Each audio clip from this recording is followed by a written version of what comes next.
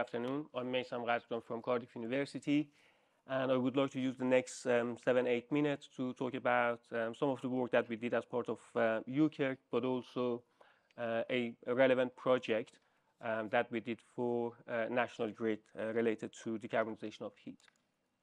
So the project that I would like to talk about is called Zero 2050 South Wales. The project started in 2019 using funding from Ofgem Network Innovation Allowance schemes.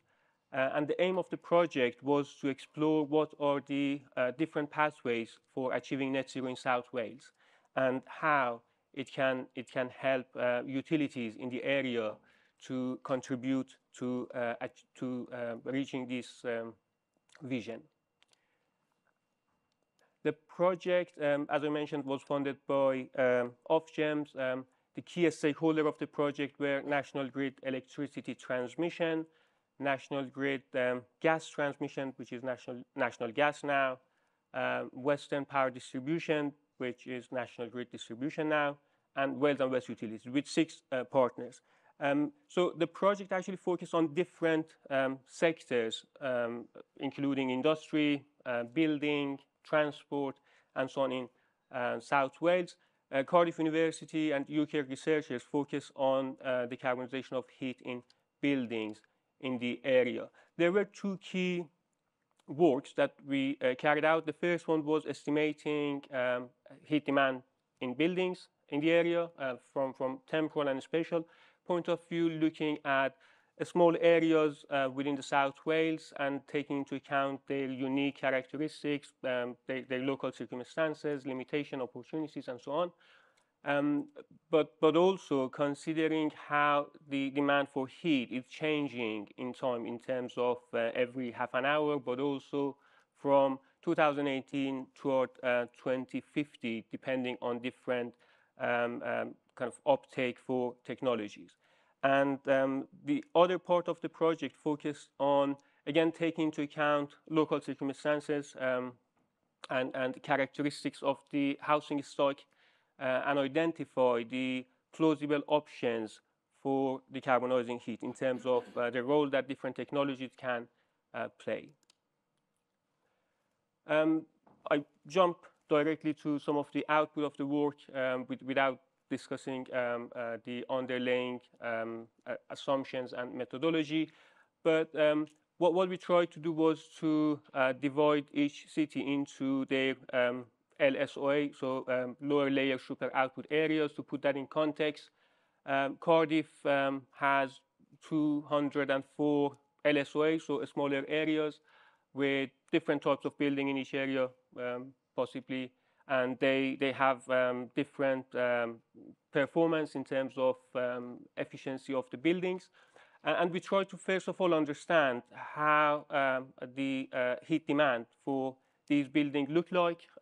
So this figure here shows, the x-axis shows the energy performance certificate of buildings, the current performance certificate of buildings, and the y-axis shows how much heat can be saved by improving energy performance of the building just by following the recommended measures in the EPC. So on average, 32% decrease in heat demand was observed when we are following recommendations in current EPCs, but that reduction in heat demand is not consistent across different housing stock, as you can observe. We then try to look at technical suitability of different heating technologies that can be used in order to decarbonize the heat sectors in the area. For that reason, we look at, let's say, certain factors, for example, linear heat density in certain areas of the cities, because that could be potentially a useful measure that can help us to identify if an area is suitable for developing district heating network. Or, for example, looking at space availability in buildings, and that could be another kind of factor that can help us to identify buildings that might be a bit difficult to fit a heat pump. So taking those into account, we and for a range of different high-level scenarios. We try to look at share of buildings that can be equipped with different types of low-carbon technologies. And I'm sure that this is not going to surprise you, but this is going to be very different from one location to another location, depending on the local energy infrastructures and also the types of buildings and so on. Moving on from that, we're quite interested to look at how this heat demand and these different decarbonization pathways for heat could be translated into electricity demand and what it means in terms of reinforcing electricity systems in the area. So as part of the same project, we estimated the peak electricity demand which is needed for heating at primary substations in 3 cities in South Wales. The figure I'm showing here shows how peak demand for electricity that is needed for heating is changing from 2018 to 2050 in different primary substations. And these information actually used by other partners in the project. So they run power system simulations and estimated the amount of reinforcement which is needed at different level of the electricity network, and also estimated the costs associated with that. And all of those information again used in an energy system model to try to compare different high-level scenarios for achieving net zero in terms of their cost. This work fed to some of the policy and strategies developed by Welsh government around net zero, there were lots of interaction actually with Welsh government. They were in our steering group for this project. But I would like to actually conclude my talk by going back to what we have been doing as part of UKERC relevant to this area. Catherine also mentioned this earlier. One of our activities in UKERC was to develop a spatial and temporal heat demand for residential sectors across GB. So dividing the GB into the LSOAs for England and Wales, or data zones in Scotland. We have almost 45,000 smaller areas with their unique housing stocks and energy infrastructures. And we try to actually develop these data which are available on UKERC Energy Data Center. There is also some interactive visualizations available there if you're interested. I would like to conclude here and hand it back to yourself. Thank you very much. Everyone, I'm Imogen Rattle at the University of Leeds. I've been with UKERC since 2021, seems like longer. I work at the University of Leeds, as I say, with Peter Taylor and with my colleague Ahmed Gailani, and we're going to talk about some of our work on the decarbonisation of dispersed sites. So just to quickly set the scene on why it's important, industry then 25% of global emissions, in the UK 16% of national emissions. UK has led on putting together an industrial decarbonisation strategy, but this generally in terms of policy has focused mostly on the large-scale coastal clusters, which we see on the map, and these are sited around refineries. And there's been a lot of good work on clusters through IDRIC, but we were focused particularly for UKERC on the dispersed sites, those half of those industrial emissions, 8% of UK emissions, which are not from the clusters. And globally, that's estimated to be about 10% of global emissions are from dispersed industry, not in the clusters. But it's fair to say that there is not a lot of policy in this area to date. And so one of the key things about this piece of work is that we were very much looking at a blank slate. We didn't really have anywhere else in the world to look at. So we undertook, Ahmed and I, a piece of work basically trying to scope the issue, quite exploratory. And I undertook expert interviews, mapping of various policy documents, and those are key findings really about dispersed sites, and kind of reflecting back what we thought, that there wasn't really a great deal of knowledge about how to decarbonise dispersed sites. Most local industry was simply waiting for some policy to come out before they wanted to act. That there were promising abatement options, particularly around electrification, but generally a lack of knowledge. And this was mapped by a lack of institutional capacity, particularly in England. There is no one in England which has responsibility for decarbonising industry. Councils and local authorities have responsibility for transport, have responsibility for housing, but no one has responsibility for industry.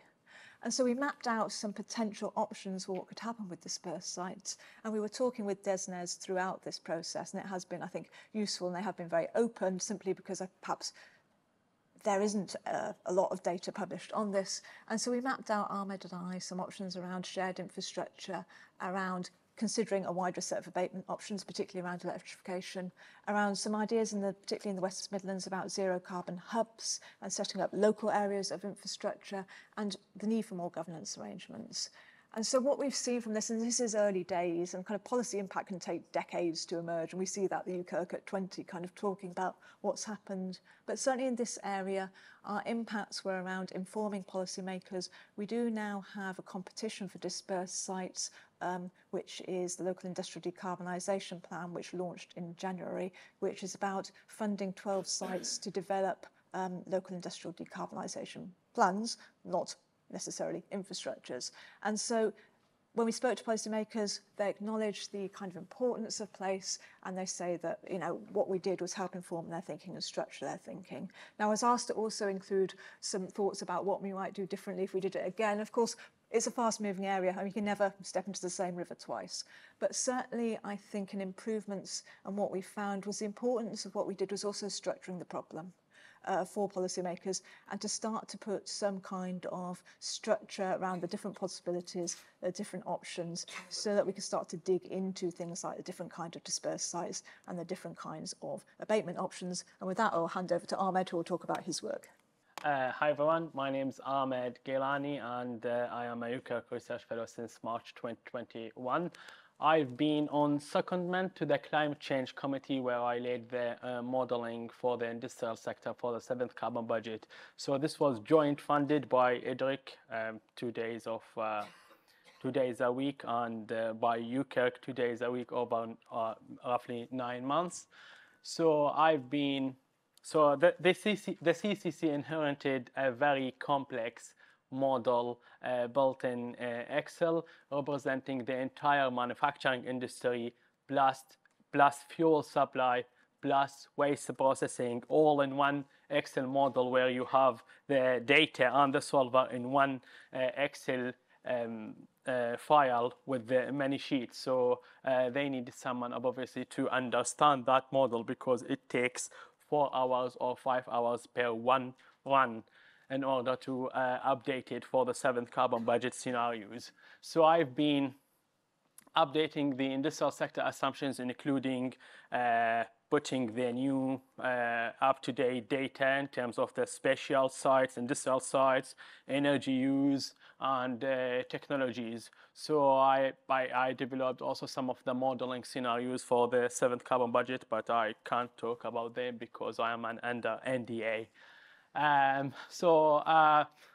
This letter is provided kindly by Stark, recognizing our contribution and the UK Energy Research Centre contribution for this secondment. And the results from our UK research were cited and discussed at committee meetings. Keith, I'm sure he knows all about this. And our UK research paper that's published in June will also be hopefully cited by the next 7th carbon budgetary board due in February 2025. So within that secondment, I also contributed a lot to DESNZ modeling, because obviously DESNZ also are arranging for the 7th carbon budget analysis, and we are in the same space in terms of analyzing the potential pathways for the industrial sectors going forward. So I just want to reflect on my secondment with the CCC, just for the next secondary, if anyone goes there. CCC analysts will not read every paper out there, so if you have a paper that is impactful, you will have to reach out to the respective teams in there in order to be heard and probably have an impact and contribution. The CCC culture is great. I think they have this kind of startup mentality where they and they're also led by great people, also, although sometimes with some limited resources, especially for the industrial sector. The CCC has a communication platform in Slack, which has a lot of features that integrate all the teams together. The CCC models are a bit unique for each sector, and this sometimes create issues in terms of accounting energy there and not accounting energy in other sector. Probably they need some integrated assessment models in the future if they have the fund. And the committee members, I think they work really hard in order, because sometimes for the industrial sector, it's just such a complex sector, they will have to read a lot if they are not specialized in the sector. And finally, I just want to point out about, well, that's not going, yeah, about Joule paper that was published, which is formed most of my knowledge that fed to the CCC kind of modeling. And with that, I thank you very much. Hi everyone, I'm Will Blyth. I want to cast everybody's mind back to around 2020 for this little bit of a segment. At that time I was about half-time working for UKERC as a researcher on Keith Bell's Theme 4 topic within UKERC. He was leading the infrastructure theme, and I was doing a piece of work around investment within that. And I was the other half of my time I was working for DFID, Department for International Development. And it was the lead up to COP26. I got a phone call from Simon Sharp. I don't know if anyone knows Simon. He was the deputy director who was put in charge of the energy campaign for COP26. And it was kind of part of his thinking on system transformation that the COPs couldn't just be about national sort of negotiating national targets. You had to go beyond that. You had to think about sectoral transformation. You don't need 197 countries to negotiate everything to transform something within, whether it's the transport sector, it's going to be different players from the energy sector. His idea was get together the people who matter and try and do something. So I thought it was a great idea. I phoned up Rob saying it's going to be really hard to kind of do this on half time, and any chance I can sort of divert some of the work I'm supposed to be doing for Keith to come and supplement that and dive into this. So I did that. COP26 was kind of a moment in time for the UK to be a little bit influential and bring these, if you like, system transformation ideas to the system. We actually got more than 9 months in the end, because that was obviously the COVID year, so we got a longer run at this. My attempt to bring UKERC whole system thinking into that process was quite an interesting kind of learning. Kirsty was part of that team as well, so she might want to sort of reflect her own thoughts on this whole thing. But so I came in thinking, you have to think about whole systems, and everything's really interconnected, and you've got to do this, and if you're going to do that, you can't do this. I said, well, yeah, fine. One of the things I really felt was that they were really open to evidence, but there's a massive need to focus. What are you actually going to do? Like, how do we convince people to change on the basis of everything's connected to everything else? So my kind of vague solution to that was to think about grids. So everyone knows about coal. The whole campaign was about how do we get rid of coal. A lot of people were saying, well, you can't just push down on coal in developing countries. You've got to make the alternative viable. Everyone knows about renewables. Nobody seemed, in my view, to be talking about grids, and so in my head, that's kind of a shorthand for something that's more than just renewables and sort of system-based. So we managed to kind of get something called Green Grids Initiative into the slide pack on what was going to be kind of done on this big energy day. We've got all the leaders there. And we thought, so one of the sort of political elements that came into all of this was that India, there was a sort of a need to get India on the stage. Modi had made speeches about a thing that he'd spoken quite more than one speech about one sun, one world, one grid. Now, I don't know if that rings any bells to anybody, but it's kind of this bonkers idea that you build a sort of a ring main around the equator and you connect everybody to it. So I kind of thought, well, okay, it's like one grid doesn't make any sense, but if we can get an S into there and talk about grids in general and bring that conversation to the table, that would be cool. And if we can get India on stage, that would be cool. So let's see if we can get a handshake between Boris and Modi on stage on Energy Day. And I'm going to skip that. That's what we got. So this is a sort of kind of a proud moment in my life. That's as near as we got to it. It was COVID year, so it was not quite a handshake. It's a sort of slightly nervous, almost handshake. And I just love Boris's expression there. This was a photo. I was nowhere near the front of the stage enough to take this photo. I was way back, so I didn't actually see this moment really, but this was in the Hindustan Times. So we got the handshake. So what? Okay, so what happened next? My view is that there's almost an embarrassment of riches of talking about grids now, and I'm sort of torn between thinking, oh, well, that was a great idea to get people talking about grids, but we've got no evidence that we had an influence on that. Versus, oh well, it was, you know, everyone's talking about grids, so what's the big deal? Those are just some of the things. It was on the front page of The Economist about a year ago. I don't know if anyone remembers that one, about hugging pylons. But there's some real things coming out. I'm going to skip over these really super quickly because I've only got a couple of minutes left. The ones I should have put on here was actually Jane, a shout out to Jane for setting something up with the regulators called the accelerating, what's it called? Help me out. Regulators acceleration transit, yes, accelerator. So bringing together the regulators, which is a great sort of, I mean, I don't know if you consider yourself as part of the Green Grids Initiative, but it was all part of that conversation. The other things we've done is put together a global tool, open source tool on interconnection. So this is available to anybody. It's being used to look at interconnectors in Southern Africa. Zizabona, there's a 4-country interconnector between Zimbabwe, Zambia, Botswana, and Namibia. And so these are, and there's some sort of money actually being kind of put together to do feasibility studies for some of these things. And another shout out to a project which I'm really kind of excited about, which is trying to understand what counts as green when it comes to grids, because obviously grids themselves don't emit anything and they facilitate any color of electron. On the other hand, we know that you can't transform the electricity system without really massive infrastructure investment in grids. So, and a lot of the rules, so this is a map showing which parts of the world would qualify for example, for the EU definition of what counts as green. It's a bit hard to see on this, but essentially not much of the world would count as green under those rules. So we're talking to a lot of the climate finance people around how do you get rules which allow you to invest in areas which are carbon heavy, but in a way that is part of the kind of next phase.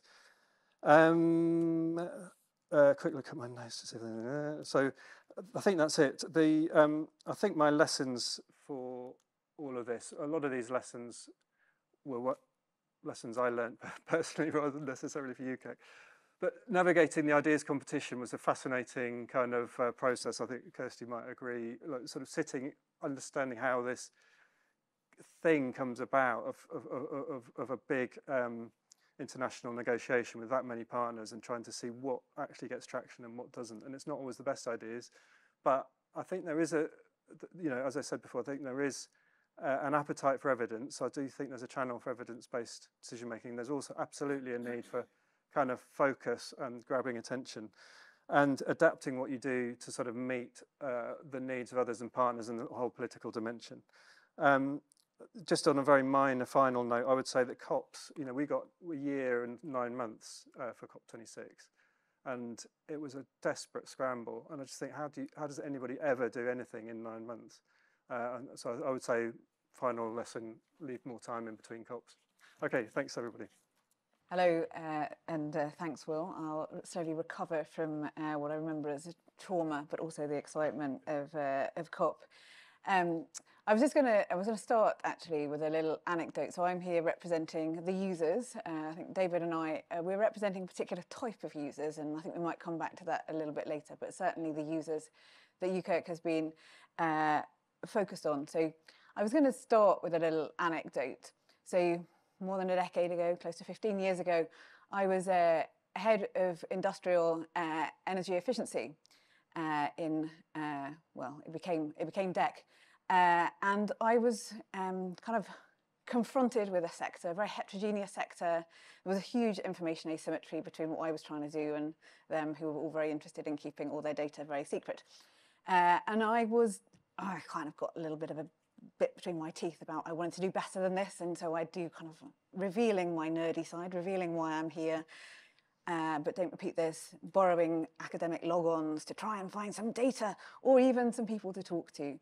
And I didn't really get very far. The information was extremely sparse and there didn't seem to be very many people that could shed much light on it.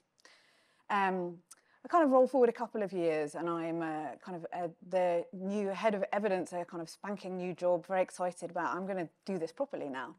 And one of the first things that happened actually was I walked into a research institute and there was a very nice glossy poster and in fact a big banner that said kind of policy relevant research on industrial energy efficiency. I was like, that's really interesting because I don't think that was very policy relevant. I wasn't the user, I think is the point here. And I suppose it wasn't really very policy relevant. So I wasn't the user. The other good news is it wasn't a UKERC institution. But I think that's kind of informed quite a lot of my thinking about research. What does it mean to be policy relevant? And it informed quite a lot of the things that I did in that job. The first one was, we've heard about it a little bit before, the importance of co-design, co-development, and not just the academics necessarily thinking what we need to know. I mean, there is a space for that. There is definitely a huge space in academia for kind of shaping the debate, taking things forward, telling us things that we didn't think we needed to know. But in terms of that kind of policy relevant stuff, don't come to the policymakers and say, da-da, because it was probably not quite the right time, not quite the right question. Really frustratingly, if you'd done it a little bit different, it might have been the right time and the right question. So I spent quite a bit of time setting up processes, and I realized the other thing was that policymakers weren't very good at telling the academics what they needed to know either. So I spent some time setting up processes, including getting Jamie Spears into the department to help us shape kind of a process of trying to help tell academics what we might need. I'm not sure how well that went and how long it survived after I left, but I think that was the kind of point of co-creation, and we've heard it mentioned before, and I think UKERC has been on a journey. It's always been kind of part of its DNA, but it's becoming more and more embedded, and I see that. The other thing I think that UKERC does really well, and is the second part of that, is knowing who to talk to. We heard a little bit earlier, there's not a single decision maker, but there are often some important players. And I think identifying those, and in that example of the policy relevant industrial decarbonisation research, so we spoke to the minister. I was like, yeah, but the minister didn't tell me anything about it, and the minister didn't do anything with the information that you gave them afterwards. So knowing who to talk to, we've heard a little bit about, I think I'll pull out two examples from the most recent strand of UKERC that I think are really relevant here, that I know about. I know colleagues of mine and in Ofgem, but also in DESNES, have been really engaged with the work on the electricity market reform, the thinking that's been done on that. That's a complicated area which has really benefited from the insights of the academics involved in that. And the other one, I think, is something a little bit close to my heart, is around the local government and the engagement in the regional energy system planner that we've been doing in Ofgem. It's close to my heart because it was something that I spun up. And I think that kind of really engaging in that, engaging in the workshop, engaging with the team is really helping shape what I hope will become something real and potentially something powerful in the energy sector. And the final thing I was going to think about is actually, for all the planning, for all the trying to co-design something, the other really important thing that the collective here brings is the ability to respond, the ability to have that knowledge and that network of knowledge. And I think that's particularly important because, let's be blunt, the civil service tends to go through people quite fast, and they move and they change, and we don't have that continued expertise, and we need to draw on this. And having, I think it relates a little bit back to the relationships, like who to call, but who to call who can then put you in touch with other people, because it's probably not them, or it might not be them. So the network effect, I think, in UKERC has been extraordinarily important, and there are so many times, probably too numerous to name, that I've either directly reached out, or I have put colleagues in touch with various members of UKERC, or said, you should kind of read this, or look at that, or talk to them, has been, yeah, I mean, far too many to enumerate. So I think those are the three things I just wanted to think about with co-design. The responding rapidly, was also, I think, came to its fore really in COVID. So, you know, we can plan for everything, but then there are some things that happen that we can't respond to, and I think the community here also responded very well, enabling government to think through the options. And then sort of related to that, knowing who to talk to and targeting the right people with your communications. So thanks very much. Hi everyone, I'm David Joffe. I now work at the Royal Academy of Engineering, just upstairs. It's a very convenient location today. But until Christmas, I was at the Climate Change Committee for 16 years. And I know many of you from my experiences there. So I'm speaking really with the insights gained there rather than the few months I've been here. So a few general reflections and then something a bit more in depth to finish with. So endorse lots of what we heard from Jane in terms of the user experience and how UKERC seems to manage to present the work it's doing and to engage in a way that makes it much more relevant to policy than others, but it's always actually, it's quite challenging. They're two quite separate worlds, and I don't think it's sufficiently recognised on either side actually that they're really quite different and don't therefore work in the same way. But UKERC tends to be close enough to the discussions that policymakers are having to be more useful, I would say, than many other parts of academia, to be a bridge between the evidence and the policy discussions. And there's another thing that happens in policy making, which is everything's always in a hurry. So it's not just enough to have a 2-year project on this really great thing that you're going to do if actually they need the answer tomorrow. So part of that is anticipatory work to understand what are the questions the policymakers are going to be asking in 18 months' time, and how can we have some of the answers, and I absolutely endorse what Jane said. You can't just guess, you actually need to engage and try and work that out. And one thing I'd also reflect on is that at the CCC, although we tried to do that, we were often, we didn't look forward enough to say what are the questions we're going to be interested in 18 months' time to be able to have those conversations. So, you know, it needs to be driven on both sides, both by the potential recipient and by the potential producers of the research. And probably more work is required on both sides, it's fair to say, on that. But one of the things that was really helpful from the CCC perspective was that actually, you know, much of the UKERC thing was actually, well, how can we be relevant? And some of it was, let's do rapid reviews that were genuinely rapid, still very high quality, but rapid reviews that actually then work with the timescales of policymaking, and that was really helpful for us. And just to say, I include CCC in policymaking, even though technically they're not a policymaking body, because they're thinking about policy all the time and trying to push government to make the right policies and so on. So I found various bits of UKERC research really valuable, broadly places, I guess. One, where ongoing expertise and modelling capability and so on was just there on tap on a whole range of things. So picking out 3 not quite random examples. Energy system modelling, for example, we worked with Neil Strachan and we've worked with Steve Pye and so on those things. And that was really useful, particularly in the sort of the first half of the last decade, but also more recently.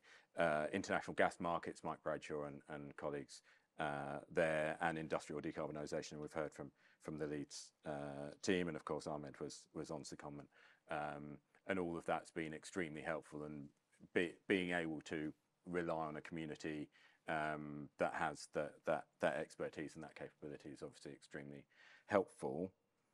But then there's also the evidence reviews that I mentioned earlier, and broadly, even within that, there's probably two different categories. There's the ones where we're interested in a subject, we're aware that the UK's maybe a bit behind other countries, for example, and maybe there are things to learn from other countries, and so doing a rapid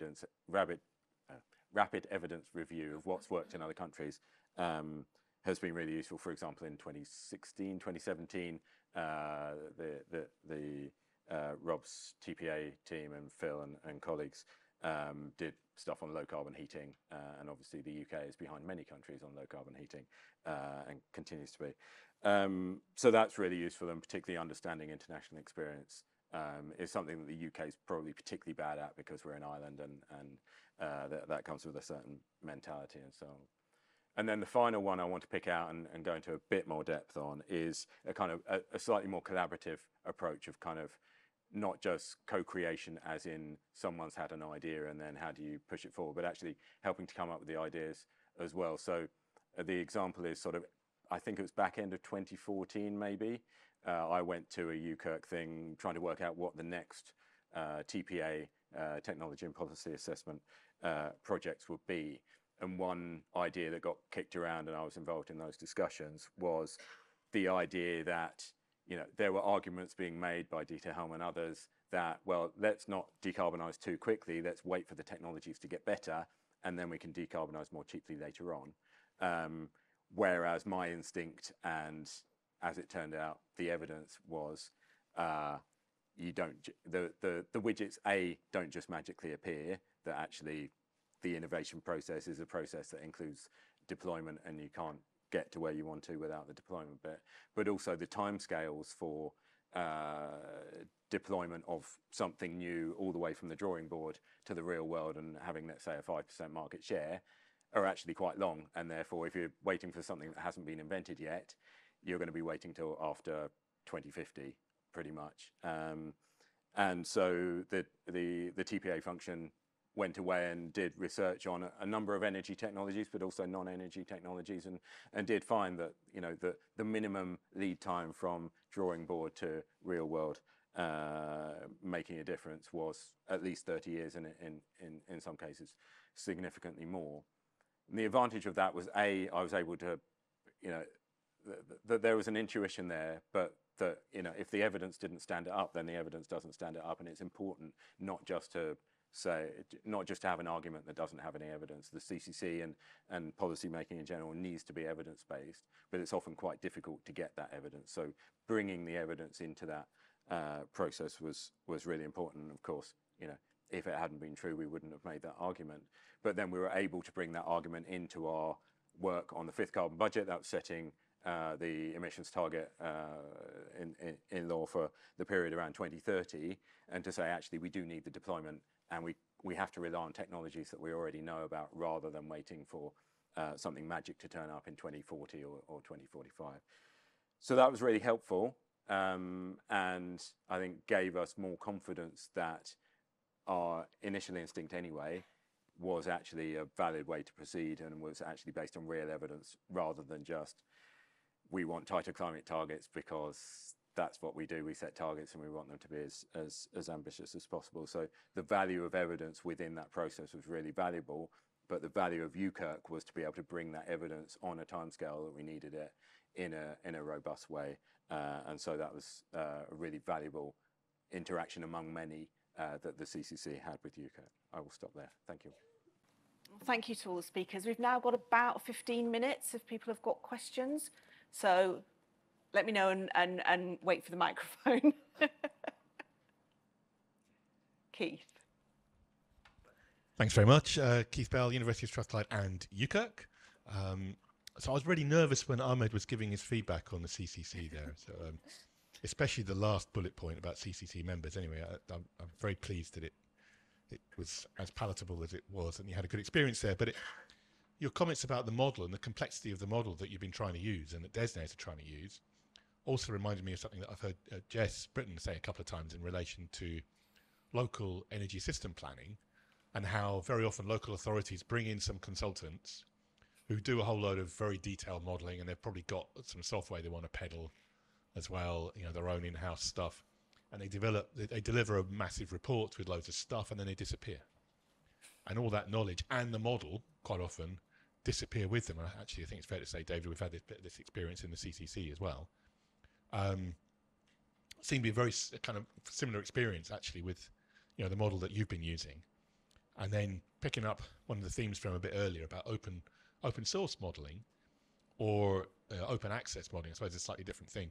So that all sounds ideal, but you still need, I mean, Neil made the point about having 3 people who know how to use something. It's still a bit of a trade-off in terms of the expertise to use some software, even if you've got access to the software, even if you've got access to the data sets. So all those things in mind, it seemed like a really good thing, but how do we make it a reality that local authorities, DESNES, CCC, academics can actually get access and usable access to these sorts of facilities that are maintainable? Thanks, Keith. I think that, I mean, taking knowledge from the battery community, I think the energy storage, if you look at the battery community, they have now tools, for example, the BIPAM, in which they have an open access model, and they train a lot of people and researchers. But I think because the battery community and energy storage modeling is so popular than, for example, industrial decarbonization and these stuff. But I agree. I think our model, I mean, the model that I've been working with is already open access, and the updated version will be also open access. But that's, I think, will depend on the number of users that will obviously use these models and if they are interested in the area. Thank you. Will, and then... Thanks. Yeah, it's a really fascinating question. I just wanted to put a quick sort of reflection on what that looks like internationally. Now working at FCDO almost full time and doing almost exact that issue in developing countries, trying to build communities of practice, data and software platforms for open source data and tools. And building up sort of expertise through master's courses and all this to kind of create, you know, a sort of critical mass of expertise for people to sort of feed up into that process. So it's definitely kind of possible. And it was interesting that question came up, I think, last night as well about the local authority level and local planning level. And you think, wow, you know, this is amazing. You could, the models, I mean, the process, I think, could be very similar. And I think we're showing it can work. Imogen. Something we've also been talking about in theme 2 is this issue of competition, and the kind of model of get consultant, do consultancy work, get model, go, is very much driven by the fact that a lot of funding, certainly in industry, but in a lot of things, is by competition. And you get this chunk of funding, and oh, you've got £100,000, that's enough for one consultant to do your piece of work, and then it gets dropped. And then you don't get any follow-on funding to actually use the piece of work. And so there's links to the build capacity issue, but it also links, I think, to the government kind of wanting to be efficient and then award funding to people who bid for it and not necessarily ongoing funding. So Jonathan Radcliffe and I were at an event yesterday in Birmingham, and they're saying, will devolution help this? And, you know, will we get more funding of our own to establish, you know, areas of expertise in that areas? And the answer is yes, hopefully, but that then speaks to places like combined authorities. So some places will have freedom, but then what about the places that aren't in combined authorities? Absolutely. Meysam. Yeah, just very quickly comment on the open source model as well. As Will mentioned, there are some activities in developing open source models, lots of platforms and communities, especially in academia. But I think making sure that those open source models can be useful for users, and those users could be policymakers, industries, local authorities, and so on. I think that there is a gap there. Making sure not only the model is transparent open source, but also there is very well documentation for that, user-friendly, intuitive probably is too much to ask, but I think these are quite important. And maybe one way of getting there is to kind of have longer term strategic project working on models rather than working as kind of part of shorter term project with limited scope, I would say. Yeah, absolutely. Jane, did you? Yeah, I mean, I was just gonna comment. I mean, I think that's a really, really great question, and I think it's a really important question for two reasons. One that's been talked about here, the one of scale, the kind of engagement with the local communities, the local industries, but also the increasing complexity of the kind of things that we actually need to bring in. Exactly, Neil's presentation earlier. You know, this is not going to be well, in my view, this isn't a single do-it-all model to answer the state of the universe. So there needs to be multiple answers to answer these kind of questions. And the one I wanted to bring in, the National Energy System operator and planner, also potentially the roles that they will be playing locally, because I think that is a key interlocutor for these models, trying to understand and influence and be part of effectively that ecosystem, which is going to be more or less helping drive the delivery of what we see on the ground. And I think that's a kind of potentially a new focus for UKERC. I mean, or certainly the research community written large. I'm not up for saying what UKERC should be doing, but that seems to me a key point. Firstly, getting engagement with those actors, but also providing tools for others to engage with them as well. Thank you. Nick.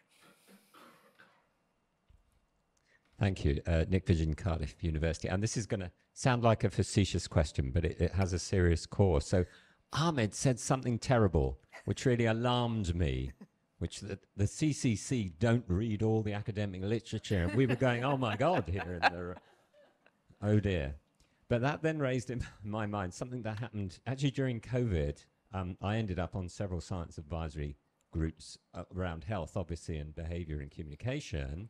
And for about 18 months, we were constantly being asked by our government colleagues as academics, because everybody was publishing grey literature on how to solve the COVID crisis all across the world.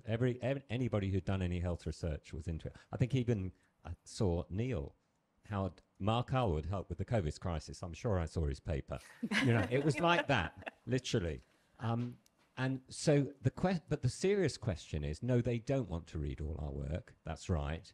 So how do we help the policymakers identify the right literature they need? Now, you said co-construction, but I don't think it's necessarily a co-construction question, because we can probably do that. What's the best quality? You know, what should you really be reading? So what's your experience of getting assistance with that? I think that's what I'm asking. Who'd like to take that one? Go on, David. Yeah, I'm afraid I'm going to have to entirely endorse what Ahmed said. The CCC do not read even half of what you think they should read, because it's a small team and because everyone's very busy and because apparently they have homes to go to and those sorts of things. Entirely unreasonable. So there is a challenge there, and I think part of it is, if we take the question in two parts, how can we make the research more relevant, but then also how can we get them to read the right things? I do think there is a role, and I've definitely had this conversation many times with Rob over the years, of what have you done that we should read, rather than, and he won't say read everything, because Rob understands actually the constraints and so on, and not just Rob, but various other people. So it is useful to have a point of contact actually to say, we did this, we think it actually might be really helpful for you, or we're doing this long-term thing. If you engage, it might be able to give you the answers you want in a year's time. So I think having not only a kind of project to policymaker way of engaging, but also a kind of overarching thing that allows you to point people to particular bits, I think is really valuable. It's still not perfect, but I think that has worked quite well. Yeah. Yeah, I mean, I would agree with that. I mean, I think I should go back to my original example and really emphasize how weird a nerd I was. Like, nobody, I mean, I had to, the log on that I used wasn't from a colleague because nobody had access to the academic literature. I mean, the department couldn't log on and read your literature. So if somebody didn't send it to them in some way, it wasn't just we didn't have time, we didn't have access to it. So just maybe you can just pause on that for a second. You know, so really, we are not looking. So I, obviously now in Ofgem, I would say, so I work in a kind of analytical policy team. I think there are a team of economists who I think do follow the economic literature a little bit more closely, but I would broadly say that's still true for almost all of the policymakers in Ofgem. We are not reading the literature. If it comes to us, if someone says this is relevant, we may, well, we'll look at it, particularly if it comes from a trusted source, somebody who has filtered it for us. I think that's the real point. The other thing I was going to say, actually, is a lot of people in policy-making circles do get quite a lot of information from LinkedIn, which I notice is a bit of a dearth of academia there. And I think it is maybe a place where people are exchanging kind of a lot of less than grey literature. It's a kind of a bit of a place where ideas are being formed there, actually. And so that's another kind of another thought about how to get things noticed. I would say not just LinkedIn, also Twitter. Twitter. Yeah, Twitter. I don't look at LinkedIn. Yeah, I look at Twitter. Between us, we might share some. Yeah, and I mean, if I could just build on that as another sort of academic adjacent user of research. Yes, I have no access to academic journals unless they're open access. And most people don't. And I speak to a lot of academics who are really shocked by that, don't actually realise that most of us can't read these things. But the second thing I would say is, for the audiences who are not, I mean, I describe us all as academic adjacent. Those who are not actually don't like reading academic papers because the language is different, the way it's presented is different, just the use of English is different and quite hard going if you're not used to reading it. So all the stuff that you guys do with the blogs and the policy briefings and those kind of things is really invaluable in drawing in the people who don't sit down every day and read an academic paper, because it makes it much less hard work for them. And most of the people you want to engage are really busy, and if it's hard work for them to read something you've written, they won't read it. You know, so do carry on doing all that sort of stuff as well, because that's really valuable. Did anybody else want to come back on that? Are you?